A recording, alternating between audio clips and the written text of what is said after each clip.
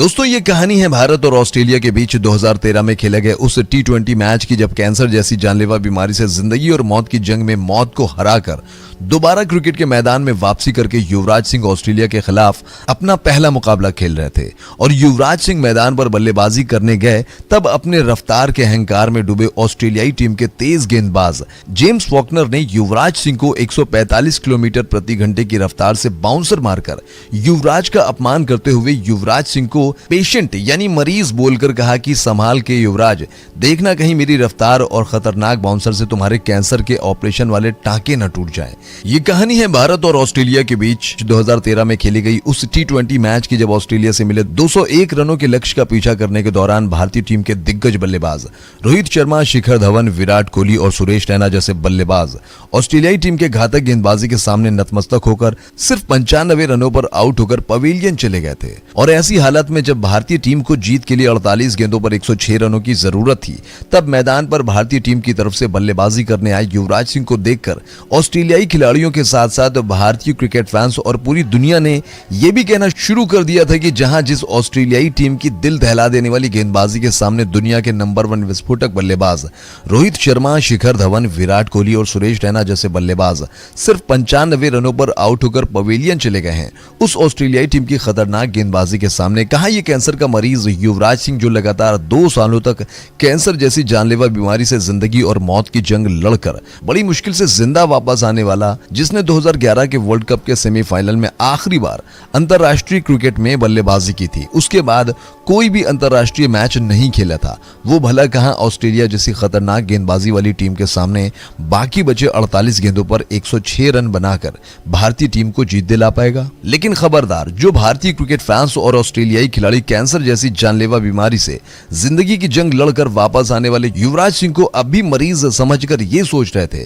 कि जिस युवराज सिंह ने 2011 वर्ल्ड कप के सेमीफाइनल के बाद 2013 तक किसी भी अंतरराष्ट्रीय मैच में बल्लेबाजी नहीं की है, वो भला कहां अब इन 48 गेंदों में 106 रन बनाकर भारतीय टीम को जीत दिला पाएगा। और जिस कंगारू टीम के खतरनाक गेंदबाज जेम्स फॉकनर ने युवराज सिंह को बाउंसर मारकर अपने रफ्तार के अहंकार में चूर होकर युवराज सिंह को मरीज बोलकर युवराज सिंह के टांके तोड़ने की बात करके युवराज का अपमान किया था, उसे इस बात का अंदाजा नहीं था कि अगर जंगल का राजा कुछ दिन जंगल में ना दिखे तो जंगल में राज कुत्तों और गीदड़ों का नहीं हो जाता। और करोड़ों हिंदुस्तानियों का मान, सम्मान और स्वाभिमान बढ़ाने वाले युवराज सिंह शेर नहीं बब्बर शेर थे। और बब्बर शेर जब अपने 2 कदम पीछे हटाता है तो समझ लो कि वो अपने शिकार पर और भी भीषण दर्दनाक तरीके से हमला करके उस शिकार के चीथड़े उड़ा देता है। और अपने इस बब्बर शेर युवराज सिंह को तो कैंसर की वजह से पूरे 2 सालों तक क्रिकेट के जंगल से अपने कदम पीछे रखने पड़े थे। इससे आप अंदाजा लगा सकते हैं कि इस बब्बर शेर की भूख इन 2 सालों में कितनी ज्यादा बढ़ गई होगी। और जब दोबारा इस बब्बर शेर ने क्रिकेट के मैदान में वापसी की तो पहले ही मुकाबले में भारत के इस बब्बर शेर युवराज सिंह के सामने उसके मनपसंद शिकार ऑस्ट्रेलियाई गेंदबाज ही थे, जिनका शिकार ये बब्बर शेर अंतरराष्ट्रीय क्रिकेट की दुनिया में सन 2000 में डेब्यू करने के बाद 2011 तक, जब तक उसको कैंसर नहीं हो गया था, तब तक लगातार करता रहा। और आज कुछ ऐसा ही ऑस्ट्रेलियाई गेंदबाजों का शिकार करके एक बार फिर युवराज ऑस्ट्रेलियाई टीम के गेंदबाजों के अहंकार के चीथड़े उड़ाने वाले थे इस राजकोट के मैदान में, जिसकी कल्पना ना तो भारतीय क्रिकेट फैंस, ना ही भारतीय खिलाड़ी और ना ही घमंड में डूबे ऑस्ट्रेलियाई खिलाड़ियों ने किया था। जी हां, आज 2 सालों बाद अंतरराष्ट्रीय क्रिकेट में वापसी करने वाले युवराज सिंह अपने बल्ले से ऑस्ट्रेलियाई गेंदबाजों पर ऐसी तबाही मचाने वाले थे जिसे देखकर आप युवराज सिंह के द्वारा 2007 T20 वर्ल्ड कप में इंग्लैंड के खिलाफ लगाई गई 6 छक्कों की पारी और ऑस्ट्रेलिया के खिलाफ 2007 T20 वर्ल्ड कप के सेमीफाइनल में खेली गई तूफानी 70 रनों की पारी को भूल जाएंगे। नमस्कार साथियों, स्वागत है आपका हमारे YouTube चैनल क्रिकेट एसटी में। साथियों, आज हम अपने इस वीडियो के जरिए कैंसर जैसी जानलेवा बीमारी से जिंदगी और मौत की जंग में जिंदगी की जंग जीतकर दोबारा क्रिकेट के मैदान में वापसी करने वाले युवराज सिंह की उस पारी की कहानी लेकर आए हैं, जब ऑस्ट्रेलिया से मिले 201 रनों के लक्ष्य का पीछा करने के दौरान जब लगभग पूरी भारतीय बल्लेबाजी लाइनअप ऑस्ट्रेलियाई टीम की खतरनाक गेंदबाजी के सामने ताश के पत्तों की तरह बिखर कर आउट होकर पवेलियन जा चुकी थी। और जब भारतीय टीम को जीत के लिए सिर्फ 48 गेंदों पर 106 रन चाहिए थे, जिसके बाद पूरी दुनिया ने यह कहना शुरू कर दिया था कि अब भारतीय टीम को दुनिया की कोई भी ताकत नहीं जिता सकती है। लेकिन 2 साल बाद अपना पहला मुकाबला खेल रहे युवराज सिंह ने बल्ले से ऐसी तबाही मचाई कि ऑस्ट्रेलियाई गेंदबाजों को दिन में तारे दिखाकर 99% हार चुकी भारतीय टीम को जीत दिलाकर यह साबित कर दिया था कि युवराज सिंह ही भारत के असली बब्बर शेर हैं। साथियों, आईसीसी टी20 वर्ल्ड कप 2007 में इंग्लैंड के खिलाफ क्वार्टर फाइनल में 6 छक्के जड़ने के साथ साथ इसी टी20 वर्ल्ड कप के सेमीफाइनल में ऑस्ट्रेलिया के खिलाफ 30 गेंद पर तूफानी 70 रनों की पारी खेलकर भारतीय टीम को आईसीसी टी20 वर्ल्ड कप 2007 जिताने के साथ साथ आईसीसी वनडे वर्ल्ड कप 2011 के क्वार्टर फाइनल में जब भारतीय टीम संकट में थी तब 123 रनों की पारी खेलकर वेस्टइंडीज के खिलाफ भारतीय टीम को क्वार्टर फाइनल का मुकाबला जिताने के साथ साथ सेमीफाइनल के मुकाबले में भी लगभग 80% ऑस्ट्रेलिया के सामने भारतीय टीम की हार हो चुकी थी। तब सुरेश रैना के साथ मिलकर 95 रनों की पार्टनरशिप के साथ साथ 57 रनों की पारी उस समय खेलकर भारतीय टीम को जीत दिलाई। युवराज सिंह के ऊपर कैंसर जैसी खतरनाक बीमारी पूरी तरीके से हावी थी और बल्लेबाजी करने के दौरान उनके मुंह से खून की उल्टी हो रही थी और उनकी सांस फूल रही थी। और ऐसी दर्दनाक स्थिति में भी युवराज सिंह ने 2011 वर्ल्ड कप में न सिर्फ अपने बल्ले बल्कि अपनी गेंद से भी 15 विकेट लेकर भारतीय टीम को वर्ल्ड कप दिलाने में अहम भूमिका निभाई थी। लेकिन कैंसर जैसी खतरनाक बीमारी हो जाने के बाद युवराज सिंह जब 2 सालों से इस बीमारी से जूझते रहे तब पूरी दुनिया ने ये मान लिया था कि अब युवराज सिंह अगर इस जानलेवा बीमारी से बच भी गए तो वो दोबारा क्रिकेट नहीं खेल पाएंगे। लेकिन जिस युवराज सिंह ने क्रिकेट की जंग में विरोधी टीम को धूल चटाकर भारत को 2-2 वर्ल्ड कप दिलाकर भारतीय टीम के मान सम्मान को 7वें आसमान पर पहुंचा दिया था, बल्कि कैंसर जैसी जानलेवा बीमारी से भी जिंदगी और मौत की जंग लड़ते लड़ते मौत को धूल चटाकर दोबारा क्रिकेट के मैदान में वापसी की। और जब भारत और ऑस्ट्रेलिया के बीच 2013 में मुकाबला खेला गया और उस मुकाबले में जब युवराज सिंह को खेलने का मौका मिला तब 99% हार चुकी भारतीय टीम के लिए तूफानी बल्लेबाजी करके युवराज सिंह ने ऑस्ट्रेलिया को भी धूल चटा दी थी। चलिए शुरू करते हैं साथियों। भारत और ऑस्ट्रेलिया के बीच 2013 में राजकोट के मैदान पर टी20 मुकाबला खेला जाना था और इस मुकाबले में ऑस्ट्रेलियाई टीम के कप्तान जॉर्ज ने टॉस जीतकर पहले बल्लेबाजी करने का फैसला किया। टॉस जीतकर कंगारू टीम की तरफ से मैदान पर बल्लेबाजी करने आए एरॉन फिंच और एरॉन फिंच के साथ निक मैडिसन। तो वहीं भारतीय टीम की तरफ से गेंदबाजी में पारी का आगाज किया भुवनेश्वर कुमार ने। एरॉन फिंच ने भुवनेश्वर कुमार के पहले ओवर की दूसरी गेंद और चौथी गेंद पर 2 चौके के साथ इस ओवर में कुल 10 रन लेकर ऑस्ट्रेलियाई टीम को जबरदस्त शुरुआत दिलाई। पहले ओवर की समाप्ति के बाद भारतीय टीम की तरफ से पारी का दूसरा ओवर लेकर आए रविचंद्रन अश्विन और अश्विन के इस ओवर में ऑस्ट्रेलिया टीम का विस्फोटक बल्लेबाज एरॉन फिंच रविचंद्रन अश्विन के ओवर पर किसी भूखे शेर की तरह टूट पड़ा और इस ओवर में 3 चौके और 1 छक्के के साथ कुल 8 रन ठोककर रविचंद्रन अश्विन की लाइन और लेंथ को पहले ही ओवर में बिगाड़कर एरॉन फिंच ने महज 2 ही ओवर में ऑस्ट्रेलिया टीम के स्कोर को 28 रनों पर पहुंचा दिया। 2 ओवर की समाप्ति के बाद भारतीय टीम की तरफ से तीसरा ओवर लेकर आए ईशांत शर्मा और इस बार ईशांत शर्मा के सामने था निक मैडिसन और मैडिसन ने ईशांत शर्मा की पहली गेंद पर हिटमैन रोहित शर्मा की तरह ऐसा करारा फुल शॉट लगाया कि गेंद निक मैडिसन के बैट पर लगने के बाद सीधे दर्शक दीर्घा में जा पहुंची। ईशांत शर्मा की पहली गेंद पर छक्का लगाने के बाद निक मैडिसन ने ईशांत शर्मा की अगली 5 गेंदों पर 3 चौके लगाने के साथ साथ ईशांत शर्मा के इस ओवर में निक ने कुल 20 रन ठोककर ऑस्ट्रेलियाई टीम के स्कोर को 50 रनों के करीब पहुंचा दिया। सिर्फ 3 ओवर की समाप्ति के बाद ऑस्ट्रेलिया का स्कोर 48 रनों पर पहुंच चुका था। इस दौरान ऑस्ट्रेलियाई टीम के ये दोनों विध्वंसक बल्लेबाज भारतीय टीम के गेंदबाजों पर जिस तरीके से भीषण आक्रमण करके भारतीय गेंदबाजों की लाइन और लेंथ को तबाह और बर्बाद कर रहे थे, उसे देखकर ऐसा लग रहा था कि अगर सिर्फ और सिर्फ 3 से 4 ओवर तक ऑस्ट्रेलियाई टीम के ये दोनों बल्लेबाज इसी तरीके से भारतीय गेंदबाजों पर तबाही मचाते रहे तो ऑस्ट्रेलिया इस मुकाबले में भारतीय टीम के सामने तकरीबन 300 रनों के इर्द गिर्द का लक्ष्य देगी। इसी बीच भारतीय टीम की तरफ से गेंदबाजी में अपने कोटे का दूसरा और पारी का चौथा ओवर लेकर आए भुवनेश्वर कुमार ने अपनी 5वीं गेंद पर सिर्फ 13 गेंद पर तूफानी 34 रनों पर बल्लेबाजी करते हुए भारतीय गेंदबाजों पर तबाही मचाने वाले निक मैडिसन को स्विंग के सरदार भुवनेश्वर कुमार ने बोल्ड करके भारतीय कप्तान महेंद्र सिंह धोनी को राहत की सांस दिलाई। निक के आउट हो जाने के बाद ऑस्ट्रेलियाई टीम की तरफ से 3 नंबर पर मैदान पर बल्लेबाजी करने आया ऑस्ट्रेलियाई टीम का सबसे खतरनाक बल्लेबाज शेन वॉटसन। वॉटसन ने मैदान पर आने के बाद पहले ही गेंद पर चौका लगाकर अपने पारी का आगाज किया। महज 13 गेंद पर 34 रन की पारी खेलकर ऑस्ट्रेलिया को विस्फोटक शुरुआत दिलाने वाले निक मैडिसन के आउट हो जाने के बाद ऑस्ट्रेलिया टीम के स्कोर को आगे बढ़ाने की जिम्मेदारी अपने कंधों पर लेते हुए एरॉन फिंच ने भारतीय गेंदबाजों पर प्रहार करना जारी रखा और 7 ओवर की समाप्ति तक ऑस्ट्रेलियाई टीम के स्कोर को 80 रनों के पार पहुंचा दिया। लेकिन जब 7 ओवर की समाप्ति के बाद ऑस्ट्रेलिया का स्कोर 84 रन था, तब भारतीय टीम की तरफ से गेंदबाजी में पारी का 8वां ओवर लेकर आए विनय कुमार ने अपने ओवर की तीसरी गेंद पर शेन वॉटसन को एलबीडब्ल्यू आउट करके भारतीय टीम को दूसरी सफलता दिलाई। शेन वॉटसन के आउट हो जाने के बाद ऑस्ट्रेलियाई टीम की तरफ से मैदान पर बल्लेबाजी करने आया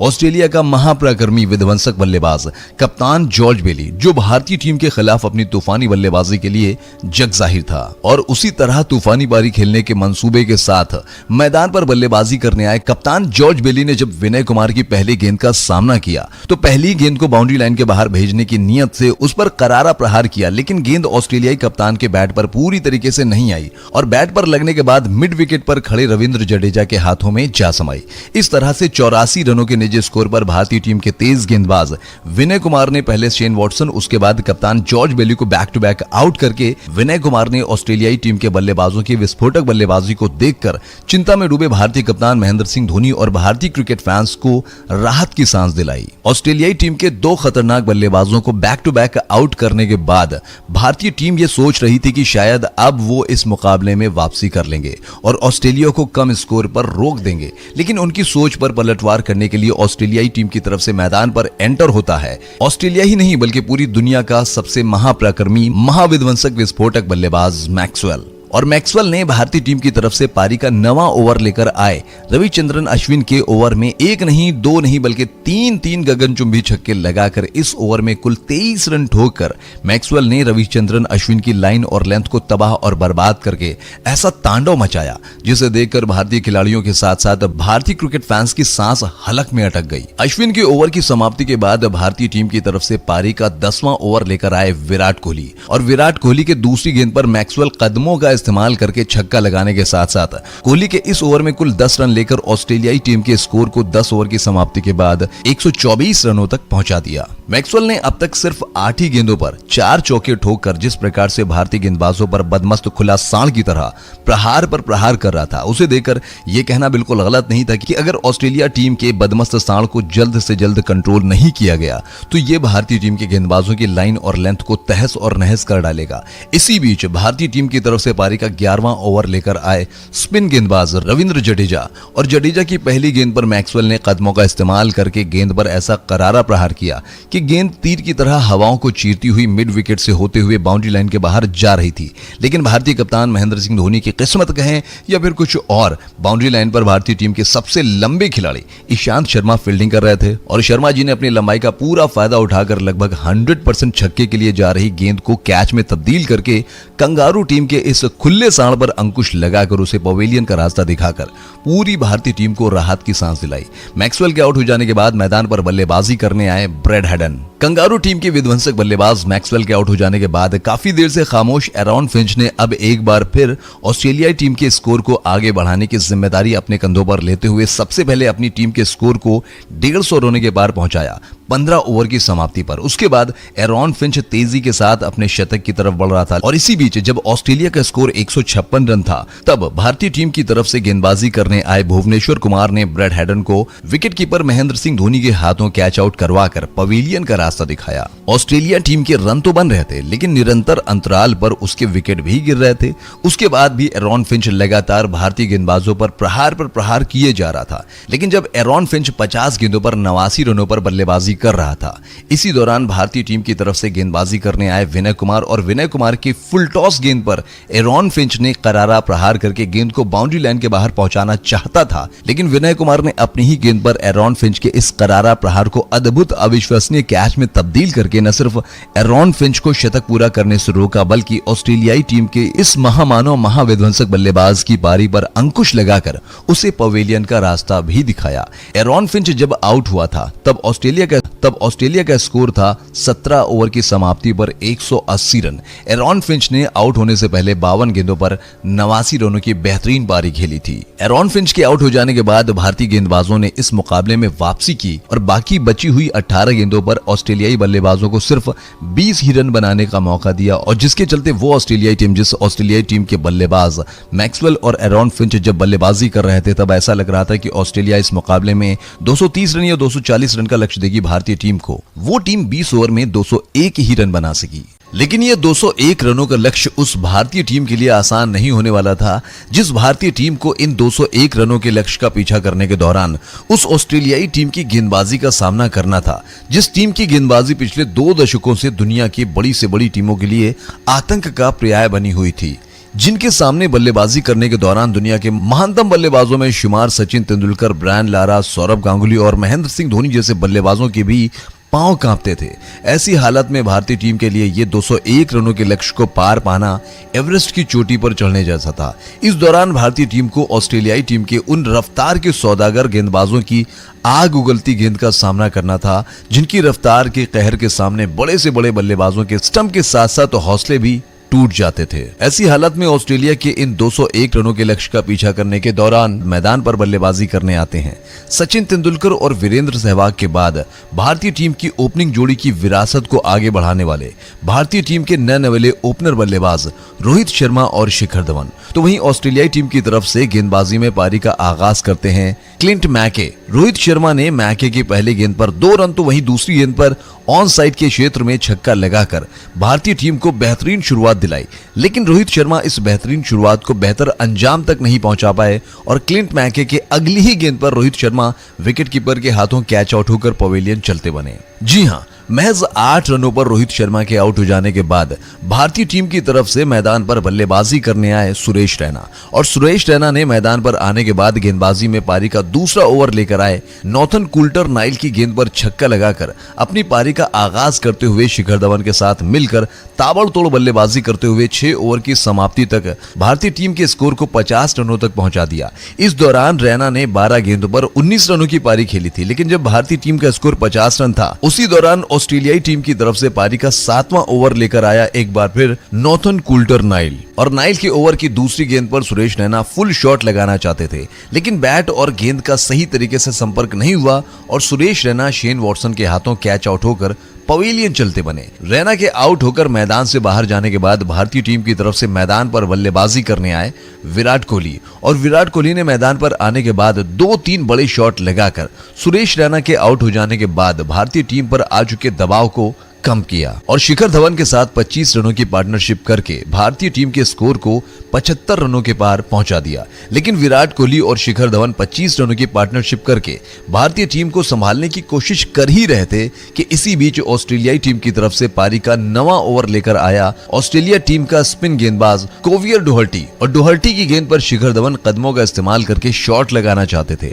लेकिन बैट और गेंद का कोई संपर्क नहीं हुआ और ऑस्ट्रेलियाई विकेटकीपर ने शिखर धवन को स्टंप आउट करके पवेलियन का रास्ता दिखाया। यानी कि महज 75 रनों पर भारतीय टीम के आधा से ज्यादा बल्लेबाज आउट होकर पवेलियन जा चुके थे और अब यहां से भारतीय टीम को जीत के लिए चाहिए थे 64 गेंदों पर 127 रन। राजकोट के इस क्रिकेट स्टेडियम में जहां पर लगभग 99% भारतीय दर्शक थे और इन भारतीय दर्शकों में अब मौत जैसा सन्नाटा पसर चुका था, क्योंकि सभी को ये लग रहा था कि जिस ऑस्ट्रेलियाई टीम के गेंदबाजी के सामने ऑस्ट्रेलिया से मिले 201 रनों के लक्ष्य का पीछा करने के दौरान अब तक भारतीय टीम के 3 महाविध्वंसक बल्लेबाज सिर्फ 75 रनों के अंदर आउट होकर पवेलियन जा चुके थे। उस ऑस्ट्रेलियाई टीम की खतरनाक गेंदबाजी के सामने अब यहां से 64 गेंदों पर 127 रन बनाकर भारतीय टीम को जीत दिलाना लगभग नामुमकिन है, क्योंकि अब भारतीय टीम में बल्लेबाजी के लिए सिर्फ विराट कोहली, महेंद्र सिंह धोनी और कैंसर जैसी जानलेवा बीमारी से जूझकर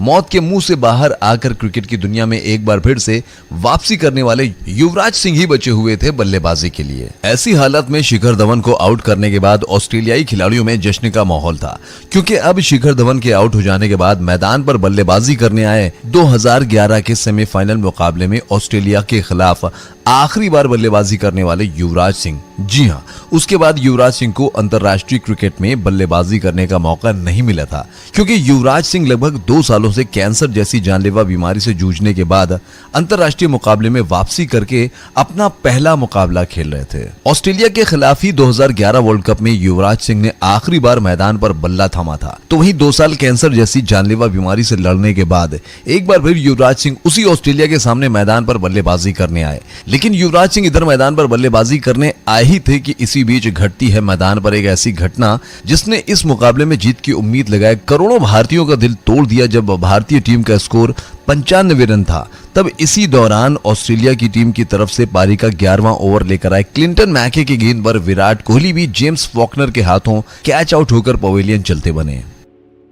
विराट कोहली ने आउट होने से पहले 22 रनों की पारी खेली थी और विराट कोहली को आउट करने के बाद अब पूरी ऑस्ट्रेलिया के साथ साथ पूरी दुनिया ने यह मान लिया कि अब यह मुकाबला भारतीय टीम किसी भी कीमत पर नहीं जीत सकती है, क्योंकि भारतीय टीम में बल्लेबाजी की हैसियत से सिर्फ 2 खिलाड़ी बचे हुए थे, एक महेंद्र सिंह धोनी और दूसरे युवराज सिंह, जो कैंसर जैसी जानलेवा बीमारी को मात देकर लगभग 2 सालों बाद अपना पहला मुकाबला खेल रहे थे। और युवराज सिंह महेंद्र सिंह धोनी को यहां से भारतीय टीम को जीत दिलाने के लिए 48 गेंदों पर 106 रन बनाने थे। ऐसे में सवाल यह था कि जिस ऑस्ट्रेलियाई टीम की घातक गेंदबाजी के आगे भारतीय टीम के दिग्गज खिलाड़ी रोहित शर्मा, विराट कोहली, शिखर धवन, सुरेश रैना जैसे खिलाड़ियों का बाहुबल पानी पानी हो गया, उस ऑस्ट्रेलिया टीम के सामने क्या महेंद्र सिंह धोनी और क्या कैंसर जैसी जानलेवा बीमारी से लड़कर 2 साल बाद अंतर्राष्ट्रीय क्रिकेट में वापस आने वाले युवराज सिंह इन 48 गेंदों पर 106 रन बनाकर भारतीय टीम को जीत दिला पाएंगे? और उस सवाल का साफ साफ साधारण शब्दों में जवाब यह था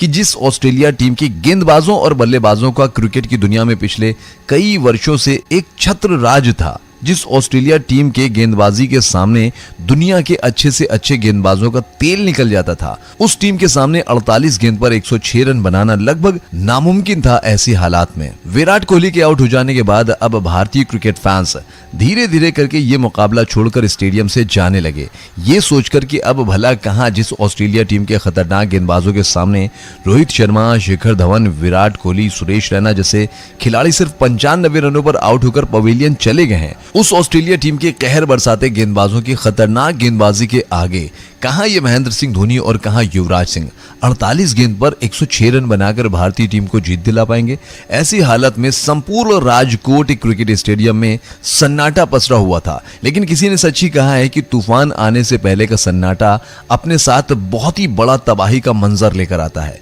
जो सब कुछ तबाह और बर्बाद कर देता है। ऐसी हालत में रोहित शर्मा, विराट कोहली, शिखर धवन और सुरेश रैना को आउट करने के बाद संपूर्ण ऑस्ट्रेलियाई खिलाड़ी ये सोचकर जश्न मना रहे थे कि कहां भला ये कैंसर पीड़ित युवराज सिंह भारतीय टीम को ये मुकाबला जिता पाएगा। ऐसी हालत में सिर्फ 95 रनों पर 4 खिलाड़ियों को आउट करने के अहंकार में डूबे ऑस्ट्रेलिया टीम की तरफ से गेंदबाजी में पारी का 13वां ओवर लेकर आया जेम्स फॉकनर, और फॉकनर युवराज सिंह को 145 किलोमीटर प्रति घंटे की रफ्तार से बाउंसर मारी, जो युवराज सिंह के कान के पास से सीटी बजाते हुए विकेट कीपर के दस्तानों में जा समाई। तब अहंकार में डूबे ऑस्ट्रेलिया टीम का ये गेंदबाज युवराज सिंह का कॉन्फिडेंस तोड़ने के लिए युवराज सिंह के पास जाकर ये बोलता है, did not see the ball, patient Yuvraj Singh, take care. मतलब गेंद दिखी नहीं युवराज सिंह, संभल के पेशेंट, देखना कहीं तेरे कैंसर ऑपरेशन वाले टांके न टूट जाएं। जेम्स फॉकनर के कहे ये शब्द युवराज सिंह को तीर की तरह चुभ रहे थे, लेकिन युवराज सिंह का अपमान करने वाले जेम्स फॉकनर को इस बात का एहसास नहीं था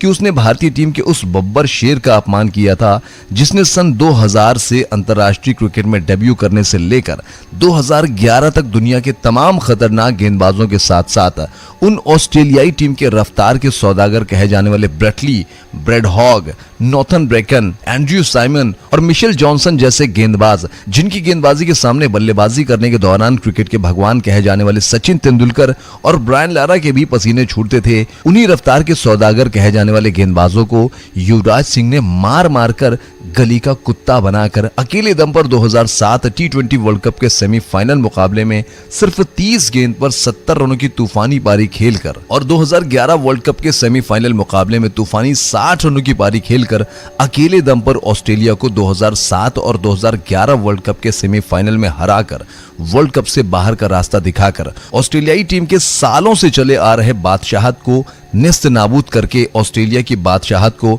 सरे बाजार नीलाम करने के साथ साथ भारतीय टीम को 2-2 वर्ल्ड कप दिला दिया था। और ऐसे शेर का अपमान करके जेम्स फॉकनर ने युवराज सिंह के अंदर सोए उस बब्बर शेर को जगा दिया, जिसने अपने बल्ले की दहाड़ से ऑस्ट्रेलियाई टीम के क्रिकेट की बादशाहत को तबाह और बर्बाद किया था। और आज कुछ ऐसा ही होने वाला था। युवराज सिंह का अपमान करने के बाद जब जेम्स फॉकनर ने अपने ओवर की दूसरी गेंद डाली तो उस पर युवराज सिंह ने ऐसा करारा प्रहार किया कि गेंद युवराज सिंह के बैट पर लगने के बाद जेम्स फॉकनर के अहंकार को तोड़ती हुई सीधे बाउंड्री लाइन के बाहर 6 रनों के लिए जा पहुंची। अपनी दूसरी गेंद पर छक्का खाने के बाद गुस्से से पागल जेम्स फॉकनर ने युवराज सिंह को अगली गेंद यॉर्कर डाली, जिसके लिए युवराज सिंह पहले से ही तैयार थे। और जेम्स फॉकनर के इस यॉर्कर बॉल पर युवराज सिंह ने जज करके ऑन साइड के ऊपर से खेलकर गेंद को बाउंड्री लाइन के बाहर 6 रनों के लिए भेजकर युवराज सिंह ने जेम्स फॉकनर को कहा कि बेटा फॉकनर, तेरी बाउंसर मुझे दिखी हो या ना दिखी हो, लेकिन दोनों छक्के तुझे जरूर दिखे होंगे।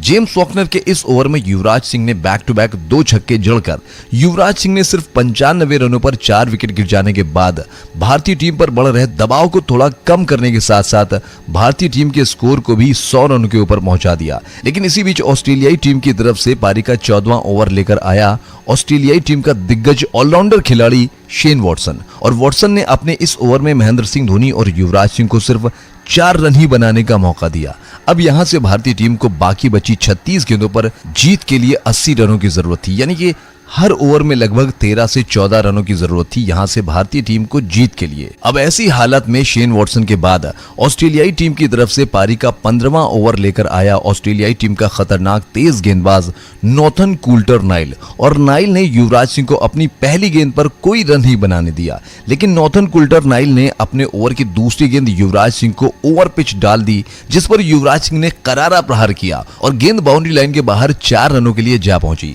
युवराज सिंह ने जब नॉर्थन कुल्टर-नाइल की दूसरी गेंद पर चौका लगाया तो सबको यह लगा कि शायद इस ओवर में 12 से 15 रन आएंगे, लेकिन नॉर्थन ने चौका खाने के बाद जबरदस्त वापसी की और अगली बची 4 गेंदों पर युवराज सिंह को सिर्फ 3 रन ही बनाने का मौका दिया, जिसके चलते भारतीय टीम का जीत के लिए रन रेट 15 रनों के करीब पहुंच चुका था। यानी कि अगली 30 गेंदों में अब भारतीय टीम को यहां से जीत के लिए 73 रनों की जरूरत थी। ऐसी हालत में पिछले 2 ओवरों में जिस तरीके से सिर्फ 11 रन देकर ऑस्ट्रेलियाई टीम के खतरनाक गेंदबाजों ने ऑस्ट्रेलिया को वापसी दिलाई, उसे देखकर सबको ये लगने लगा कि अब भारतीय टीम यहां से ये मुकाबला हार जाएगी, क्योंकि युवराज सिंह और महेंद्र सिंह धोनी आखिरी उम्मीद थे। इसके बाद भारतीय टीम के बल्लेबाजी लाइन में अपना कोई भी बल्लेबाज नहीं बचा हुआ था और अब ये दोनों बल्लेबाज भी ऑस्ट्रेलियाई टीम की खतरनाक गेंदबाजी के सामने संघर्ष कर रहे थे। युवराज सिंह जो कि 15 गेंदों पर 23 रन बनाकर बल्लेबाजी कर रहे थे, तो वहीं महेंद्र सिंह धोनी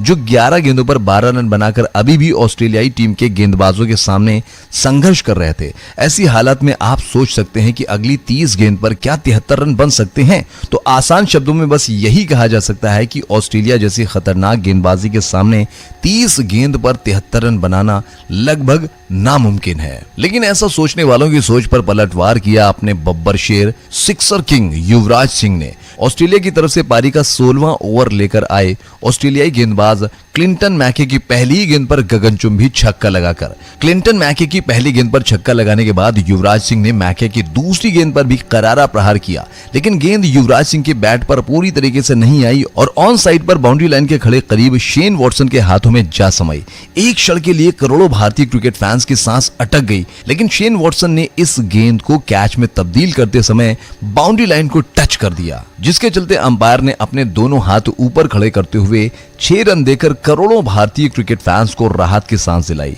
क्लिंटन मैके की पहली और दूसरी गेंद पर छक्का लगाने के बाद युवराज सिंह ने मैके की तीसरी गेंद को अपनी कलाइयों के दम पर थर्ड मैन के एरिया में 4 रनों के लिए भेजकर युवराज सिंह ने मैके की सिर्फ 3 गेंद पर 16 रन ठोकने के बाद युवराज सिंह ने इस ओवर में कुल 21 रन ठोककर ऑस्ट्रेलिया के खिलाफ उस भीषण रण का आगाज कर दिया, जिसकी कल्पना सिर्फ 95 रनों पर भारतीय टीम के 4 विकेट गिर जाने के बाद न तो भारतीय खिलाड़ी और न ही भारतीय क्रिकेट फैंस और न ही ऑस्ट्रेलियाई खिलाड़ियों ने किया था। अब यहां से भारतीय टीम को जीत के लिए चाहिए थे 24 गेंदों पर 52 रन। इस दौरान ऑस्ट्रेलियाई टीम की तरफ से एक बार फिर फिर गेंदबाजी करने आता है ऑस्ट्रेलियाई टीम का वो खिलाड़ी जिसने युवराज सिंह को कैंसर पेशेंट बोलकर युवराज सिंह के टांके तोड़ने की बात बोली थी। जी हाँ, मैं बात कर रहा हूँ जेम्स फॉकनर की, और जेम्स फॉकनर के सामने थे अपने sixer king Yuvraj Singh. James Faulkner ने युवराज सिंह को पहली गेंद बोल्ड करने की नियत से यॉर्कर डाली, लेकिन उस यॉर्कर गेंद को अपने सिक्सर किंग युवराज सिंह ने फुल टॉस बनाकर उस पर ऐसा करारा प्रहार किया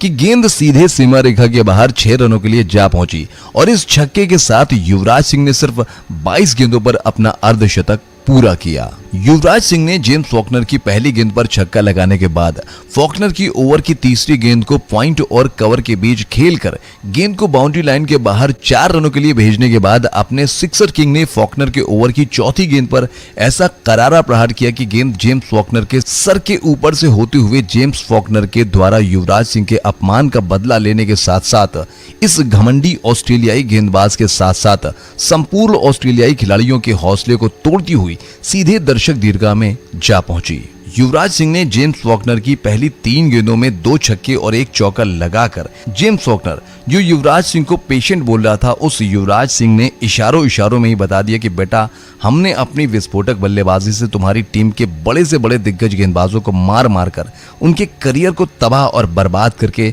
उन्हें पेशेंट बना दिया, और तुम किस खेत की मूली हो। युवराज सिंह के बल्ले से अपनी पिछली 3 गेंद पर 16 रन खाने के बाद डर के मारे जेम्स फॉकनर अपनी लाइन और लेंथ दोनों भूल चुका था, जिसके चलते जब उसने अपनी ओवर की चौथी गेंद डाली तो मारे डर के उसने ये गेंद युवराज सिंह से इतनी दूर डाली कि गेंद ऑस्ट्रेलियाई विकेटकीपर से भी ना रुक सकी, जिस पर वाइड के साथ एक्स्ट्रा के रूप में 4 रनों के साथ भारतीय टीम के खाते में कुल 5 रन जुड़ गए। युवराज सिंह के द्वारा ऑस्ट्रेलियाई गेंदबाजों पर इस दर्दनाक प्रहार को देखकर पूरे कंगारू खेमे में हाहाकार मच चुका था। किसी को कुछ समझ में नहीं आ रहा था कि ये वही युवराज सिंह है जो पिछले 2 सालों से कैंसर जैसी घातक बीमारी से जिंदगी और मौत की जंग लड़ रहा था। तब किसी ने ये नहीं सोचा था कि ये जिंदा लौटेगा इस जंग से जिंदगी के मैदान में। लेकिन भारत के इस बब्बर शेर ने कैंसर जैसी जानलेवा बीमारी से लड़ते हुए न सिर्फ जिंदगी के मैदान में वापसी किया, बल्कि सिर्फ 2 सालों के अंदर ही क्रिकेट के मैदान में वापसी करने के बाद अपने पहले ही मुकाबले में आज जिस तरीके से क्रिकेट के इस जंग में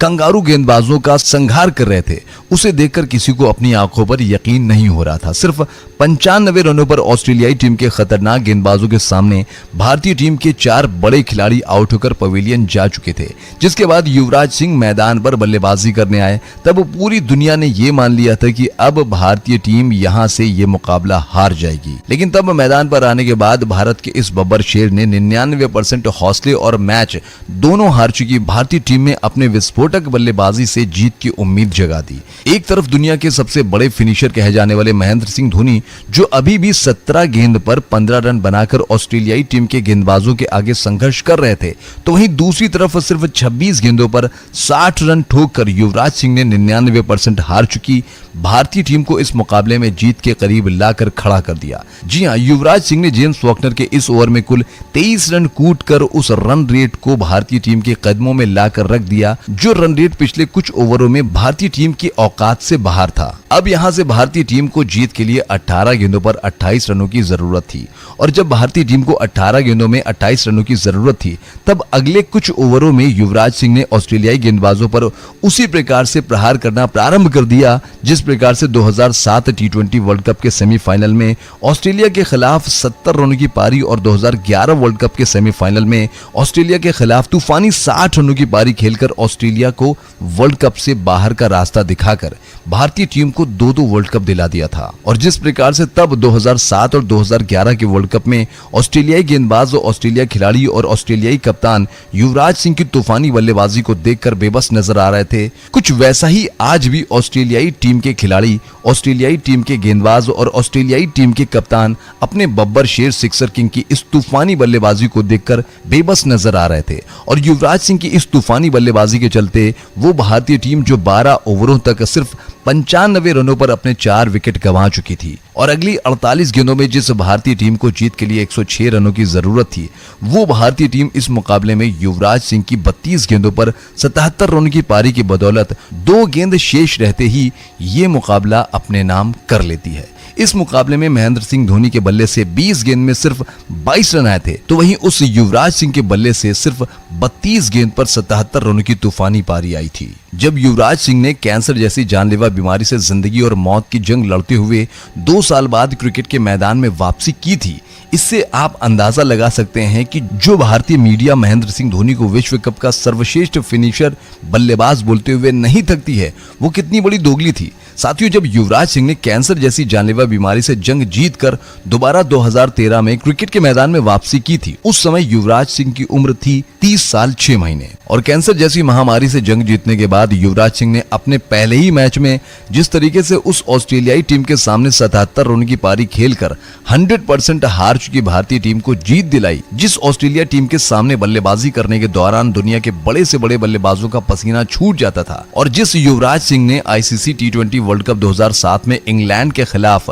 6 गेंद पर 6 छक्के लगाने के साथ साथ क्रिकेट इतिहास में सबसे तेज 12 गेंद पर 50 रन ठोककर और सेमीफाइनल मुकाबले में उस ऑस्ट्रेलिया के खिलाफ तूफानी 70 रनों की पारी खेलकर भारतीय टीम को जीत दिलाई थी, जिस ऑस्ट्रेलिया टीम में ब्रेटली, नॉर्थन ब्रेकन और मिशेल जॉनसन जैसे हौसलों को तोड़ देने वाले गेंदबाज थे, जिनके सामने कोई भी टीम बिना मुकाबला खेले ही आधा मुकाबला हार मानकर खेलती थी। और जिस युवराज ने 2011 वर्ल्ड कप में कैंसर जैसी जानलेवा बीमारी के साथ खून की उल्टियां करते हुए वेस्टइंडीज के खिलाफ शतक और जब सेमीफाइनल के मुकाबले में ऑस्ट्रेलिया से मिले 261 रनों के लक्ष्य का पीछा करने के दौरान 150 रनों के अंदर भारतीय टीम के 4 खिलाड़ियों के आउट हो जाने के बाद भी सुरेश रैना के साथ मिलकर 95 रनों की पार्टनरशिप बीमारी की हालत में खेलकर भारतीय टीम को सेमीफाइनल में जीत दिलाकर फाइनल में पहुंचाकर वर्ल्ड कप दिलाया था, उस युवराज के एहसानों को भूलकर भारतीय क्रिकेट बोर्ड ने, बल्कि ये कहें कि दोगली भारतीय क्रिकेट बोर्ड ने वर्ल्ड कप 2007 और वर्ल्ड कप 2011 दिलाने वाले इस